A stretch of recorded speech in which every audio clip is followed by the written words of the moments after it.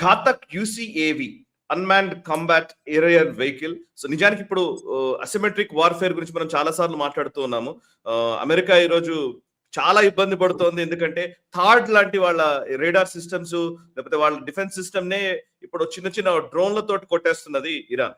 So ఇట్లాంటి టైంలో మనం కూడా ఆ డ్రోన్ టెక్నాలజీని మనం విపరీతంగా ఈ మధ్య కాలంలో పెంచుకుంటూ ఉన్నాము. మనం చాలా సార్లు మాట్లాడుతూనే ఉన్నాము. అందులో ఇంతకు ముందు కూడా మనం మాట్లాడాము, షేస్ నాగ్ గురించి మనం మాట్లాడాము. సరే, ఘాతక్ యూసీఏవి ఇప్పుడు అన్మాన్డ్ కాంబాట్ ఏరియల్ వెహికల్స్ ఏవైతే ఉన్నాయో వీటిని ఇప్పుడు భారతదేశము ఆల్రెడీ మనం ప్రొక్యూర్ చేసుకోవడానికి అప్రూవల్ వచ్చినట్టుగా తెలుస్తోంది. సో ఇది టర్కీ డ్రోన్స్ కన్నా సమర్థవంతమైంది అని తెలుస్తున్న విషయం. దీని స్పెషాలిటీ ఏంటి? ఇది ప్రస్తుతం ఎలా మన భారత ఆర్మ్డ్ ఫోర్సెస్ కి ఉపయోగపడుతుంది సార్?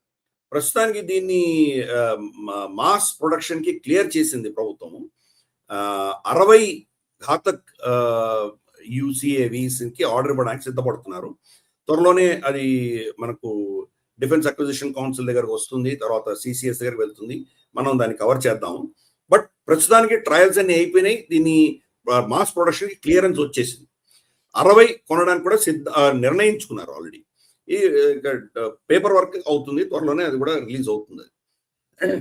ఈ ఘాతక్ యొక్క స్పెషాలిటీ ఏంటంటే కనుక సూక్ష్మంలో మోక్షం. అగైన్ మనం చైనాతో కంపీట్ చేయలేం.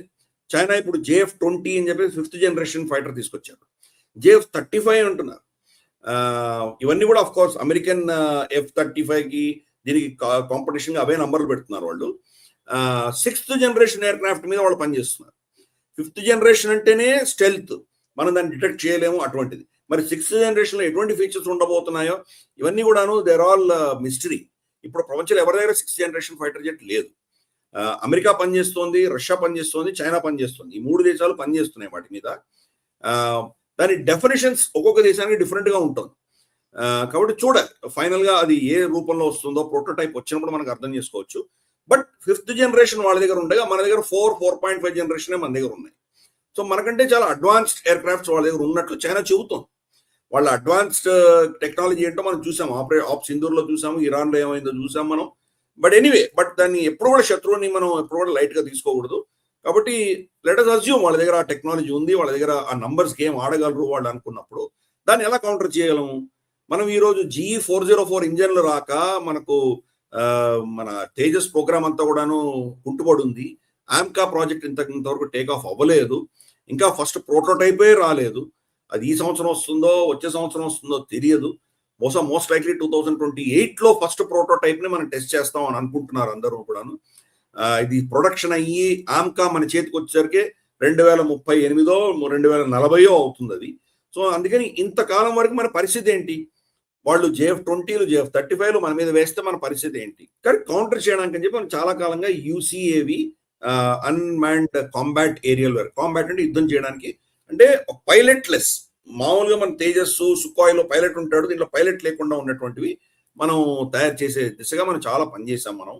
బైరాట్కర్ ఆఫ్ కోర్స్ ఈరోజు మోస్ట్ ఫేమస్ ఈ ప్రాంతం అంతా కూడాను, యూరో ఏషియాలో అంతా కూడాను బైరాట్కర్ అనేది చాలా చాలా పాపులర్. అది పాకిస్తాన్ కి చాలా ఇచ్చారు వాళ్ళు, చాలా నంబర్స్ ఇచ్చారు వాళ్ళు. బైరాట్కర్ దానికి ఒక అంటే మన జనరల్ అటామిక్స్ అమెరికాలో ఎంత పాపులరో అలాగే బైరాట్కర్ కూడా అంతే పాపులర్. బైరాట్కర్ ని తలదన్నే దిశగా దీంట్లో మనం యూసీఏవి ఏదైతే ఘాతక్ ఉందో దాంట్లో మనం పెట్టుకున్నాం. మొట్టమొదటిది కీలకమైనది ఏంటంటే దీంట్లో మన కావేరీ ఇంజన్ ఏదైతే ఇంతకాలం 17 సంవత్సరాలు మనం రీసెర్చ్ చేసామో దాంట్లో డ్రై ఇంజన్ అంట. ఇది కూడా మనం క్షాత్రంలో గతంలో డిస్కస్ చేసాము. ఇప్పుడు నేను డీటెయిల్ వెళ్ళదలుచుకోలేదు. డ్రై తర్వాత ఆఫ్టర్ బర్నర్ 2 ఉంటాయి. ఆఫ్టర్ బర్నర్ పెట్టినప్పుడు దాని థ్రస్ట్ 80-85 కిలో న్యూటన్స్ కంటే ఎక్కువ ఉంటే కనుక మనం తేజస్లోనే పెట్టుకోవచ్చు. ఈ రోజు ఆ టెస్టింగ్స్ అవుతున్నాయి. ఆఫ్టర్ బర్నర్ దాన్ని అటాచ్ చేసి ఫస్ట్ ఇంజన్ మనం ఛాత్రంలో చూపించాం కూడా కొన్ని ఎపిసోడ్స్ ముందర. బట్ అది ఇంకా development stage. But dry engine ఏదైతే ఉందో అది ఈరోజు ఘాతక్లో పెట్టుకోగలుగుతున్నాము. ఘాతక్లో పెట్టి దానికి ఆ థ్రస్ట్ ఇవ్వగలుగుతున్నాము. సో ఇది ఆకాశంలో ఎగిరినప్పుడు బైరాట్కర్ ని కంపేర్ చేసి చూస్తే కనుక దీంట్లో చాలా ఫీచర్స్ ఎక్కువ పెట్టాము. దాని డిజైన్ కూడా చాలా డిఫరెంట్ గా ఉంది. డిజైన్ ఆల్మోస్ట్ మన F-35 బాంబర్స్ లాగా మనం తయారు చేస్తాం, B-2 బాంబర్స్ లాగా స్టెల్త్ డిజైన్. దాంట్లో ఎక్కడ కూడా షార్ప్ ఎడ్జెస్ ఉండవు. అవన్నీ కూడాను కంప్లీట్ గా ఒక స్మూత్ ఫినిష్ ఉంటుంది. షార్ప్ ఎడ్జ్ ఉంటే కనుక రెడార్ లో దొరుకుతుంది. రెడార్ కి దొరకకుండా అంత స్మూత్ ఒక రౌండ్ ఆఫ్ షేప్ లో పెట్టాం. కాబట్టి రెడార్ బీమ్ తగిలితే కనుక దాన్ని మళ్ళీ అబ్జార్బ్ చేసి వెనక్కి వచ్చేసరికి సిగ్నల్స్ చాలా వీక్గా ఉంటాయి. ప్లస్ దీంట్లో ఇచ్చిన కోటింగ్ కావచ్చు, దాంట్లో ఉన్న మెటలర్జీ కావచ్చు, దాంట్లో పెట్టినటువంటి ఫీచర్స్ అన్ని డిజైన్ ఫీచర్స్ ఇవన్నీ కూడాను RCS అంటారు, రెడార్ క్రాస్ సెక్షన్. చాలా తక్కువ రెడార్ క్రాస్ సెక్షన్ ఉంటుంది. అందుకే పక్షో తెలియదు, లేకపోతే ఎయిర్ క్రాఫ్టో తెలియదు, వాళ్ళకి డ్రోనో తెలియదు, అలా దాని యొక్క ఫీచర్స్ అన్ని పెట్టాం. అందుకని మోరల్లెస్ ఇది స్టెల్త్. సో ఇప్పుడు చైనా మన మీద వేసేటువంటి మనకు generation 5th generation 6th generation fighters మన మీద వేస్తే దానికి కౌంటర్ గా మనం మ్యాన్డ్ ఎయిర్ క్రాఫ్ట్స్ పంపించే కెపాసిటీ మనకు లేదు కాబట్టి అన్మాన్డ్ లో ఆ ఫీచర్స్ తీసుకురాగలిగాం.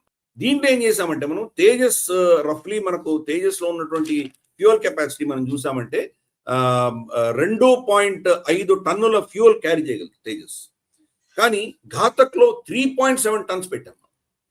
అంటే దానికంటే ఇంకా ఎక్కువ దూరం వెళ్ళి కొట్టగలిగిన కెపాసిటీ దీంట్లో మనం పెట్టాము. ఇది 13 టన్నుల బరువు ఉన్నటువంటి ఎయిర్ క్రాఫ్ట్ ఇది. సో చాలా లీతల్, చాలా దూరం వెళ్ళగలదు. ఆల్మోస్ట్ 1000 కిలోమీటర్స్ దాకా వెళ్ళి ఆపరేషన్ చేసి రాగలదు. ఆపరేషన్ యొక్క నేచర్ బట్టి 5 నుంచి 8 గంటల వరకు ఆకాశంలో ఎగరగలదు. అటువంటి కెపాసిటీ ఉన్నటువంటి ఫీచర్ మనం పెట్టాం. దీంట్లో చాలా కీలకమైనది ఏంటంటే దీని మిజైల్స్ ఉంటాయి కదా. ఫర్ ఇన్స్టెన్స్ తేజస్ ఎగురుతుందంటే తేజస్ కింద మనకు మిజైల్స్ కనిపిస్తాయి. దాని యొక్క రెడార్తో చూడొచ్చు, లేదా మనకు పవర్ఫుల్ ఏదైనా ఆప్టికల్ ఇన్స్ట్రుమెంట్స్ ఉన్నాయంటే, టెలిస్కోప్ లాంటివి ఉన్నాయంటే మనం చూడొచ్చు. యాక్చువల్ కింద దాని పాడ్స్ ఉంటుంది. మనకు ఎయిర్ టు ఎయిర్ మిజైల్స్ కావచ్చు, ఎయిర్ టు గ్రౌండ్ కావచ్చు, ప్రెసిషన్ కావచ్చు, ఏమి ఉన్నాయో అన్నీ కూడా మనకు కనిపిస్తాయి. దానికి పైలన్స్ లో దానికి యాడ్ అయి ఉంటుంది, రెక్కలకి కింద అన్ని యాడ్ అయి ఉంటాయి, మనకు కనిపిస్తాయి. కానీ ఘాతక్లో ఇవన్నీ కన్సీల్డ్ లోపల ఉంటాయి, మనకి ఏం కనిపించదు. కింద ఒక ఫ్లాట్ సర్ఫేస్ ఉంటుంది. దగ్గర దాకా వెళ్ళి టార్గెట్ దాకా వెళ్ళి అప్పుడు ప్యాకేజ్ రిలీజ్ చేస్తుంది. కాబట్టి శత్రువుకి అక్కడి నుంచి వస్తున్న మిజైల్ కౌంటర్ చేసే టైమే ఉండదు, కొన్ని క్షణాలు మాత్రమే ఉంటుంది. క్షణాల్లో వాడు వస్తోంది అని తెలుసుకునేసరికి అది అటాక్ అయిపోయి ఉంటుంది. కాబట్టి ఆ ఫీచర్ ఉంది దీంట్లో. అందుకని ఎన్ని ఫీచర్స్ పెట్టి మనం దాన్ని చేసుకున్నాము. ఫస్ట్ ఈ 60 ఆర్డర్ ఇవ్వబోతున్నాము. దీని ఆపరేషన్ లో మనకు వచ్చేటువంటి ఇబ్బందులు చూసిన తర్వాత ఇంకా నెక్స్ట్ జనరేషన్ కూడా తీసుకెళ్ళబోతున్నాం. అది కాబట్టి మనం కూడా జుగాడ్ చేస్తున్నాం. మనకు కెపాసిటీ ఎక్కడ లేదో దానికి ప్రత్యామ్నాయాలు చూసుకుంటున్నాం. ఫర్ ఇన్స్టెన్స్ మనం చెప్పాం గతంలో మన దగ్గర అమెరికా దగ్గర ఉన్నటువంటి mother of all bombs, bunker buster bombs లేవు మన దగ్గర. దానికి ఏం చేసాం మనం, బంకర్లని 5-6 బంకర్లు లోపలికి వెళ్ళి పేల్చాలి అంటే మన అగ్నిఫైని మోడిఫై చేసుకుని బంకర్ బస్టర్ కింద కన్వర్ట్ చేసాం. అలాగే ఇప్పుడు స్టెల్త్ ఫైటర్లు 5th 6th జనరేషన్ ఫైటర్లు మన దగ్గర లేవు కాబట్టి ఘాతక్ని వాడుకుంటున్నాం. సో తక్కువ ఖర్చుతోటి అంతే ఇంపాక్ట్ వచ్చే దిశగా మనం మన టెక్నాలజీని వాడుకుంటున్నాం. ఇన్ఫాక్ట్ L60 L70 గన్స్ ఎప్పుడో 60s 70s దశకంలో మనిషి కూర్చొని పైన ఉన్నటువంటి ఎయిర్క్రాఫ్ట్ షూట్ చేసేటువంటి గన్నులని మొత్తం ఆటోమేట్ చేసాం మనం. మిగతా దేశాలన్నీ దాన్ని ఎప్పుడో అబాండన్ చేసినాయి, పడేసినాయి పక్కన, చెత్త ఎందుకు పనికిరావని. కొత్త కొత్త మనకు డిజిటల్ గన్స్ వచ్చేసాయని దానిని మనం డిజిటైజ్ చేసాం. కాబట్టి మనం దేన్ని మొదలు పెట్టట్లేదు, మనం ప్రతిదీ మనం నెక్స్ట్ జనరేషన్ తీసుకువెళ్తున్నాము, సూక్ష్మంలో మోక్షం తీసుకురాగలుగుతున్నాము. అది మన కెపాసిటీ. ఈ ఘాతక్ అనేది అందుకని ఇది చాలా ఇంపార్టెంట్. 360 degrees విజన్ ఉంటుందండి, సిచ్యువేషనల్ అవేర్నెస్. అది ఎగురుతోందంటే కనుక కింద పైన చుట్టూతన ఏమున్నదో మొత్తం కూడా సెన్సర్స్ అని చెప్తూ ఉంటుంది. కంప్లీట్ సిచ్యువేషనల్ అవేర్నెస్ ఉంటుంది. ప్లస్ కీలకంగా ఏంటంటే కనుక MUMT అంటారు, అంటే మ్యాన్డ్ అన్మాన్డ్ టీమింగ్ అంటారు. ఇప్పుడు సుకాయ్నో లేకపోతే మన తేజస్సో లేకపోతే మన ఆంకానో వెళ్తోంది అనుకుందాం, దాంతోపాటు ఘాతక్ కూడా వెళ్తోంది అనుకుందాం. ఘాతక్కి వీళ్ళు ఇక్కడి నుంచి కమాండ్ ఇవ్వచ్చు, లేదా ఘాతక్ వాళ్ళకి అక్కడ ఉన్నటువంటి సిచ్యువేషన్ వీళ్ళకి చెప్పొచ్చు. ఫర్ ఇన్స్టెన్స్ మనకు తేజస్ శత్రువు యొక్క ఎయిర్ స్పేస్ లోకి వెళ్ళకపోవచ్చు, దూరంగా ఉండొచ్చు. మనం దూరంగా ఉండి దీన్ని పంపించవచ్చు. వెళ్ళినప్పుడు ఏమవుతుందంటే అక్కడ ఉన్నటువంటి పరిస్థితి చూసి దానికి వస్తున్నటువంటి సిగ్నల్స్, దానికి వస్తున్న ఫీడ్, దానికి ఉన్నటువంటి ఇన్ఫర్మేషన్ అంతా కూడాను మ్యాన్డ్ ఎయిర్ క్రాఫ్ట్ ఏదైతే ఉందో దానికి ఇన్స్ట్రక్షన్స్ ఇవ్వచ్చు. అప్పుడు వీళ్ళు నిర్ణయించవచ్చు, సరే వచ్చేయి నువ్వు అనొచ్చు, దాన్ని మనకి తీసుకురావచ్చు, లేదా అక్కడ ప్యాకేజ్ వదిలేసి రా అని చెప్పొచ్చు. సో అక్కడ ఏదో బాంబులు వేసి రావచ్చు. సో ఈ మ్యాన్డ్ అన్మాన్డ్ టీమింగ్ అంతా కూడాను కంప్లీట్ గా సీమ్లెస్ గా ఉంటుంది.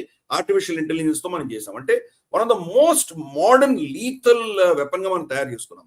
అందుకనే ఇది ఘాతక్ గురించి బహుశా ఈరోజు ఇరాన్ యుద్ధంలో అందరూ చాలా బిజీగా ఉన్నారు.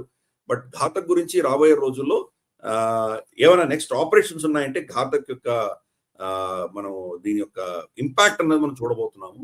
ఇది one of the wonderful developments. డిఆర్డిఓను మన ఏవియేషన్ ఇండస్ట్రీ కూడా చాలా అద్భుతంగా దీన్ని తీర్చిదిద్దారు. సో ఇది ఫస్ట్ వర్షనే ఇంత అద్భుతంగా ఉందంటే కానీ దీనికి నెక్స్ట్ డెవలప్మెంట్స్ లో ఇంకా దీన్ని తీసుకువెళ్ళగలిగారంటే చైనాను కౌంటర్ చేయడానికి మన దగ్గర ఇటువంటి ఒక జుగాడ్ చేసి మనం తయారు చేయగలిగాము.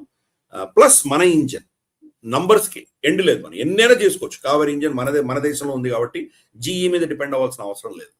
సో లెట్స్ కంగ్రాచులేట్ డిఆర్డిఓ, మన స్పేస్ సైంటిస్ట్ ని, మన ఇండస్ట్రీని అందరినీ కూడా ఇటువంటి అద్భుతమైనటువంటి ఒక ఘాతకు తీసుకొచ్చినందుకు let's congratulate all of them. ఈ వీడియో మీకు నచ్చినట్టయితే లైక్ చేయండి, 10 మందికి షేర్ చేయండి. అలాగే కామెంట్ల రూపంలో మీ అభిప్రాయాలను మాతో పంచుకోండి. Nationalist hub group of channels ను సబ్స్క్రైబ్ చేసుకుని తెలుగునాట జాతీయవాద జర్నలిజాన్ని ప్రోత్సహించండి. ఈ వీడియో కింద ఉన్న బెల్ ఐకాన్ పై క్లిక్ చేయడం మర్చిపోవద్దు.